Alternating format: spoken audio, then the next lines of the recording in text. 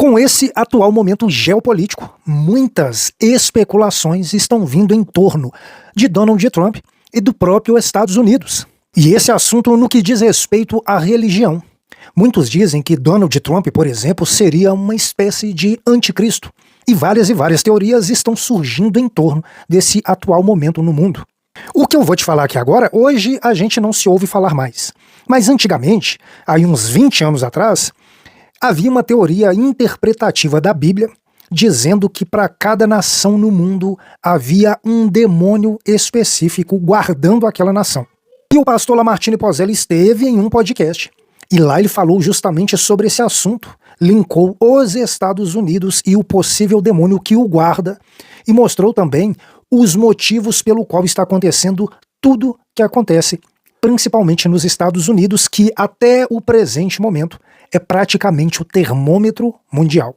Você vai ver esse vídeo comigo agora.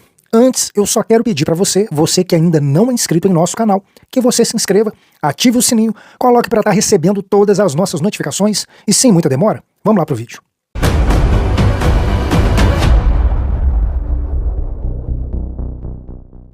Há uma passagem no livro de Daniel, a qual Daniel está na cova dos leões e ora a Deus pedindo livramento.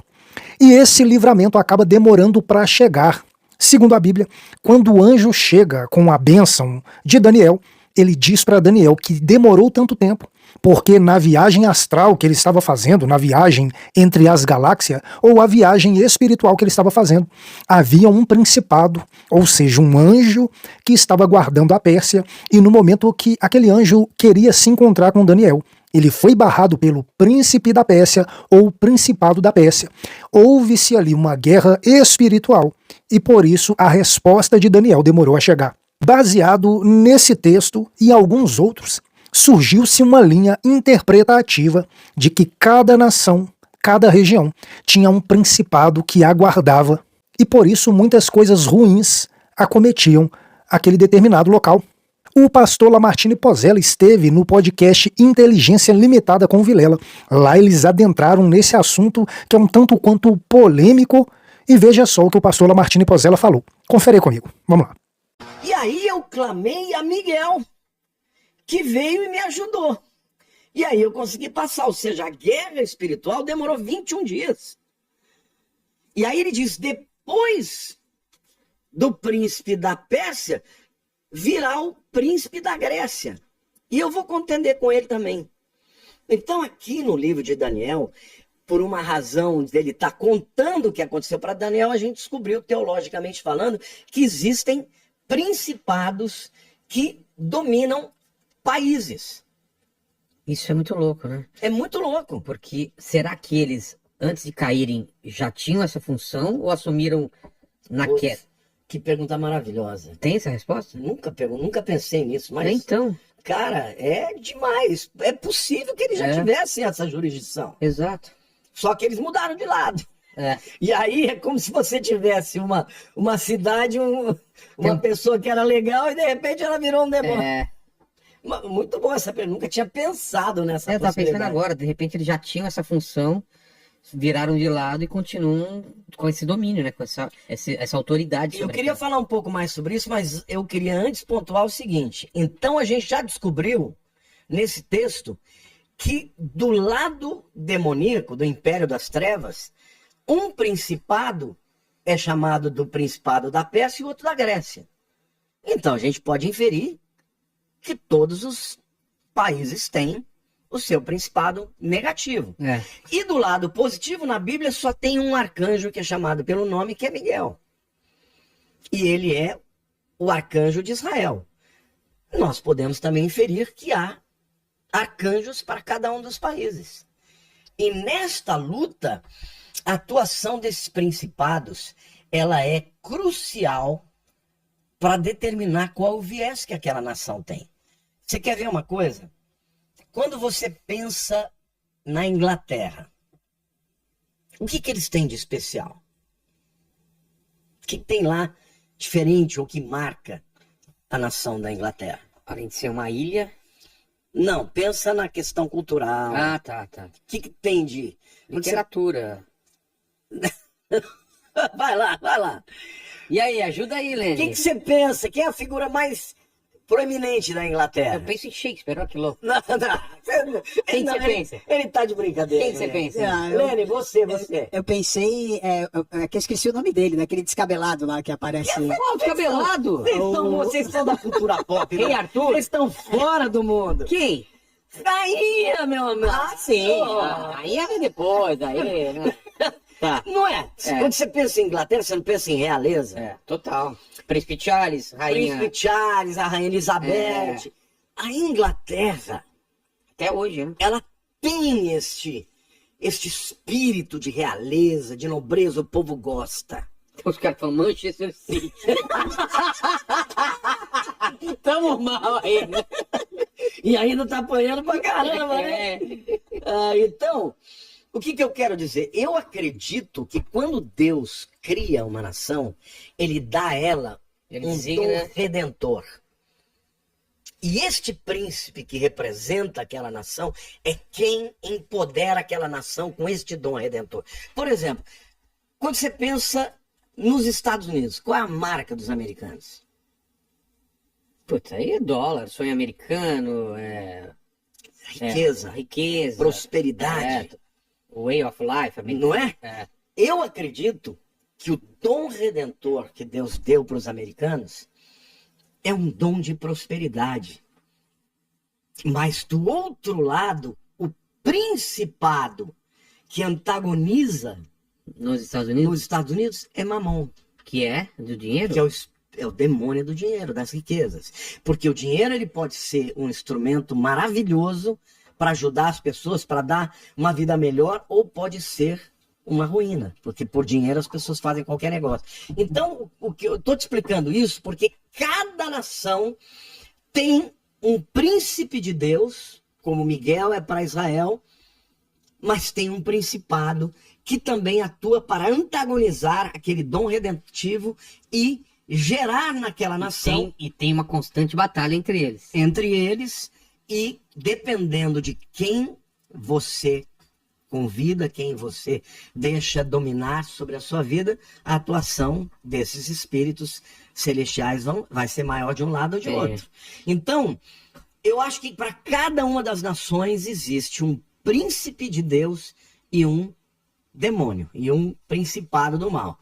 Então, aqui, potestades são dominadores, né? Potestades, exousias, tem a ver com essa autoridade, com essa habilidade. E na minha opinião, a exousia, a palavra vem do grego, né? Ousia é ser e estar. E ex é para fora. Então, é aquele indivíduo que tem um carisma que sai para fora. Por exemplo, qual a pessoa mais carismática que você conhece? Tim Carrey é um cara assim. Silvio Santos era um cara carismático. Silvio Santos. É. O que o carisma faz? Ele encanta, Ele encanta, ele convence aproxima, multidões. A exousia, os seres chamados de potestades, eles atuam, os que são do lado do mal, para quê? Para levar as pessoas através de convites que são irresistíveis, de um poder magnético, Então, por exemplo, o dinheiro é uma coisa que atrai demais, o sexo, a beleza, a fama, todas essas áreas são áreas em que as potestades atuam. A televisão, a mídia, eles estão em todas essas áreas. Por quê? Porque qual é o propósito deles? É serem usados para que Satanás seja o senhor das pessoas. Lembrem-se, o que o diabo queria? Ele queria a adoração de todo mundo. Eu vou levar o meu trono acima de Deus. Por que eu vou adorar a Deus? Porque você é o chefe da adoração, se eu posso trazer adoradores para mim. Então, as potestades atuam nestas áreas de influência, né, de encantamento, para que as pessoas se entreguem para os demônios. Por que tantos cantores de sucesso fizeram pacto com o demônio? Porque ele tem esse poder de dar essa fama. Muitos deles não sabem, mas muitos fizeram pacto em troca dessa fama. Como assim não sabem? Fizeram pacto sem Não, saber? tem gente que começa a, vamos dizer assim, a servir a Satanás, a acreditar nas suas mentiras, usar dos seus meios, nas suas feitiçarias, mas não sabem que quem está lá é o diabo. Entendi. Mas tem gente que não, que faz pacto de sangue, que vai lá para as encruzilhadas. Sabe fala, exatamente o que tá... me dê. Eu já orei por uma pessoa que ela veio até a mim, ela estava na igreja, entrou na igreja dizendo que estava lá para atrapalhar, depois, né, que ela foi liberta, mas quando eu fui orar por ela, o demônio se manifestou e no fim ela falou assim, olha, eu não tenho jeito, porque eu fiz pacto de sangue com Satanás. Nossa. Eu não tenho mais como ser livre disso. Ela achava que tinha perdido a alma e Ela perde? tinha perdido, que não E tinha perde perdido. mesmo? Não, o sangue de Jesus é mais poderoso, é. Eu falei, você está enganado, não tem nada que Jesus não possa quebrar. Não tem um sangue mais poderoso do que o de Jesus. Você ofereceu o seu para o diabo, mas eu quero dizer que Jesus ofereceu o dele para você. E aí no final ela falou, então tem jeito para mim? Sim. Aí ela falou, então ora para mim, me ajuda. Quando eu fui orar para ela começar a confessar Jesus e renunciar aos pactos, o demônio veio com tudo, ela é minha, falando grosso, querendo, entendeu? E eu falei, você vai sair, você não vai sair porque não é no meu poder, não é na minha força, mas é no nome do Senhor dos Exércitos, é em nome de Jesus, sai demônio. Ela saiu, o demônio saiu e ela entregou a vida para Cristo. Então assim, alguns cedem a esse encantamento sem saber, outros cedem sabendo que ele vai dar em troca. E essas exousias ou potestades significam isso, esses seres poderosos que atuam na mente das pessoas com encantamento, com engano e tudo mais. Tem alguma pergunta para fazer desse? Tem alguma coisa por enquanto aí, Helene, pra gente seguir aqui? Eu separei umas perguntinhas aqui, rapidinho. Ó, tem uma pergunta aqui que foi bem interessante, que é do Noel Sobrinho. Não é o papai? Ele fala assim, ó, não é o papai. Entendeu, Helene? Aqui quando você falou, Noel, papai, eu demorou um pouquinho. Tava ao contrário, né? Noel. Inverteu a ordem, eu já me perco. Tá. Ó, o Noel, ele tá falando aqui o seguinte, quando Jesus expulsou a legião do Gadareno, e eles pedem para serem mandados aos porcos para se matarem, os demônios queriam experimentar a morte física, ou eles anseiam ou têm inveja do homem a esse ponto? É medo do abismo, né? É Noel, né? Noel. Mas muito boa a pergunta dele. Noel é o seguinte. Dá um contexto, né, pra quem não conhece esse O trecho. contexto é o seguinte, Jesus, o contexto até anterior é interessante. Jesus sai de Cafarnaum, que está no norte do Mar da Galileia, e vai para o sudeste do Mar da Galileia, onde está a cidade de Gadara. A cidade de Gadara não era uma cidade dentro do território de Israel, era uma cidade já, uma das Decápolis, das 10 cidades gregas que tinham naquela região. Ali tinha um endemoniado que assustava todo mundo. Ele ficava nas tumbas, no cemitério, e todo mundo que passava, ele ficava arrastando corrente, ele rasgava, rompia as coisas, batia nas pessoas, machucava as pessoas e todo mundo tinha medo dele. Jesus, a Bíblia diz que Jesus vai para o outro lado do lago, ele diz, vamos passar para o outro lado. E de repente acontece um grande temporal. Foi um temporal tão grande, mas tão grande, que o barco ia afundar, porque as ondas estavam entrando e Jesus dormindo. E aí os discípulos acordaram, Jesus falou, Senhor, não se importa que nós vamos morrer? E Jesus vem e repreende a tempestade. Aí eles, uau, quem é esse? Que até os ventos obedecem, até as ondas do mar obedecem. Só interrompendo um pouco, eu queria ser um observador dessas cenas. Imagina o impacto disso. Eu queria ser, Não é? Eu já falei muitas vezes. Você tá vendo eu isso? queria ser uma mocinha. Só pra ver a presença desse ser do extraordinária, né? Devia ficar. Arrepiado. Devia ser uma coisa de. Mas por que houve aquela tempestade? Aquela tempestade, a própria Bíblia diz que não foi uma coisa normal. Era sobrenatural. Era demônios. Eles podem causar Porque uma o livro tempestade. de Hebreus diz, aquele que faz dos seus anjos ventos e tempestade. Os anjos, eles são seres espirituais que atuam na natureza. Eles podem interferir na natureza, fazendo tempestades. Entendi. Os demônios também não perderam essa habilidade. Então eles tentaram impedir Jesus de chegar em Gadara. Quando Jesus chega em Gadara, esse camarada olha para Jesus, O endemoniado? o endemoniado, e falou: Filho de Deus, vieste me atormentar antes da hora? Por que antes da hora? Porque ele sabe que no final... Ah, no julgamento no final. julgamento eles estão ferrados. Não é que eles queriam experimentar a morte física. Embora a pergunta seja muito inteligente, eles não queriam ser lançados no abismo. Eles pediram: não nos lance antes da hora no abismo. Esse era o medo deles. E aí eles falaram: olha, tem uma manada de porcos ali, deixa a gente entrar. E Jesus falou: vai. E os porcos foram mortos. E eles... Mas foram mortos por interferência deles? Não, porque eu já estive lá em Gadara. É a única região, a gente sabe que é Gadara, aquele lugar, exatamente aquele lugar, porque é o único lugar de todo o lago que tem um monte. E a Bíblia diz que eles subiram nesse monte, eles estavam nesse monte e se precipitaram no abismo. Caíram lá embaixo. Mas por que você acha? Porque os demônios levaram ele, Jesus mandou ele.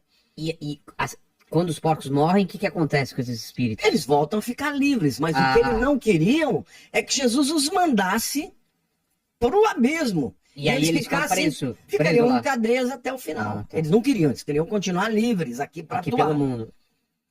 Mas naquele momento a gente vê a autoridade de Jesus, vê o propósito de Jesus, porque ele diz: passemos para o outro lado, e eles passaram.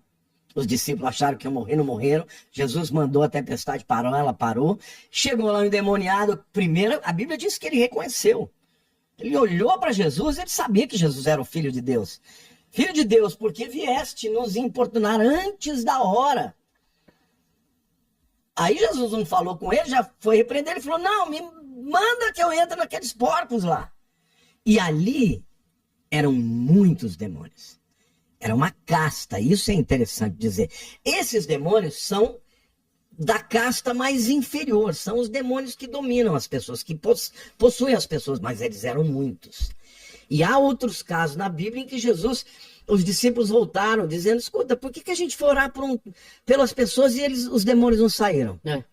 Aí Jesus falou assim: olha, tem certas castas que só se expulsam com jejum e oração. Casta é condição. Para alguns evangélicos mais devotos, o principado que atua aqui no Brasil é a Senhora Aparecida. Existe uma linha evangélica protestante, a qual o principado que atua no Brasil é a Senhora Aparecida. Ou seja, a Igreja Católica, segundo muitos, usa a imagem de Senhora Aparecida para ser a padroeira do Brasil, mas por trás mesmo disso há um principado. Vale ressaltar que isso é uma interpretação protestante, e a gente sabe que dentro da Bíblia ou dentro da teologia há várias outras interpretações ligadas a vários assuntos. A minha pergunta vai para você. Você acha que o pastor Lamartine Pozzella está sendo muito literalista na interpretação da Bíblia? Ou você também acha que a interpretação do pastor Lamartine Pozzella está 100% certa? Deixe o seu comentário logo aí abaixo. Também conte alguma experiência nesse sentido que você já vivenciou ou até mesmo sabe. Se inscreva no canal, ative o sininho, coloque para estar recebendo todas as nossas notificações. Esse é o canal O Beto Dias. E eu tô te esperando aqui no próximo vídeo.